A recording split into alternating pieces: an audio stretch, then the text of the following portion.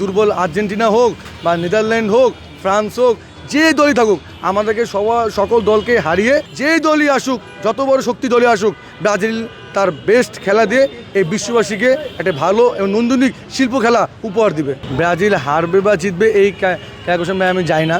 আমাদের সবচেয়ে বড় কারণ হচ্ছে যে ব্রাজিল মাঠে নামে পারফর্ম করার জন্য, ব্রাজিল মাঠে নামে একটা ফুটবলকে আনন্দ দেওয়ার জন্য, ব্রাজিল মাঠে নামে জয়ের জন্য।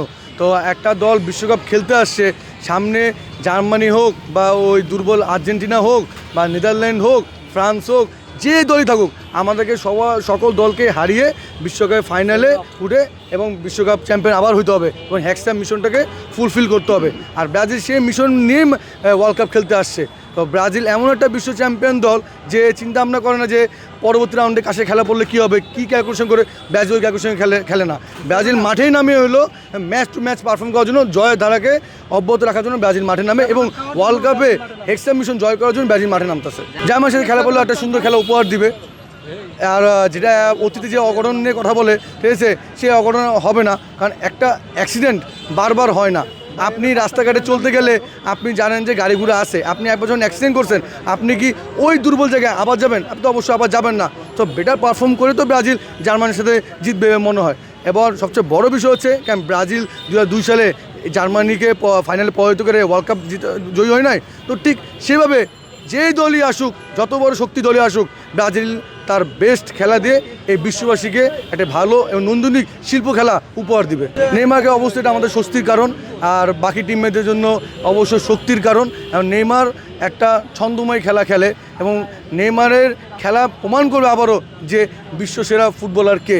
এতদিন ওয়ার্ল্ড কাপে একটা কমতি বা একটা চাহিদা অপূর্ণতা ছিল, যে একটা ওয়ার্ল্ড কাপ মনে হচ্ছে না। আজকে নেইমার মাঠে পারফর্ম করার মাধ্যমে এই ওয়ার্ল্ড কাপের পরিপূর্ণতা পাবে এবং নেইমার পারফর্ম করার মাধ্যমে বাকি টিম প্লেয়ার যারা আছে তারা একটা অন্যরকম স্ট্রেংথ কাজ করবে, ব্রাজিল সাপোর্টের জন্য একটা আনন্দ কাজ করবে, লাইক অ্যাজ ঈদের মতন। নিন্দুকরা তো অনেক কথাই বলবে, বাট নেইমার বেশ খেলবে এবং নেইমার অবশ্যই একটা হালকা একটা ইনজুরি, একটা সমস্যা আছে।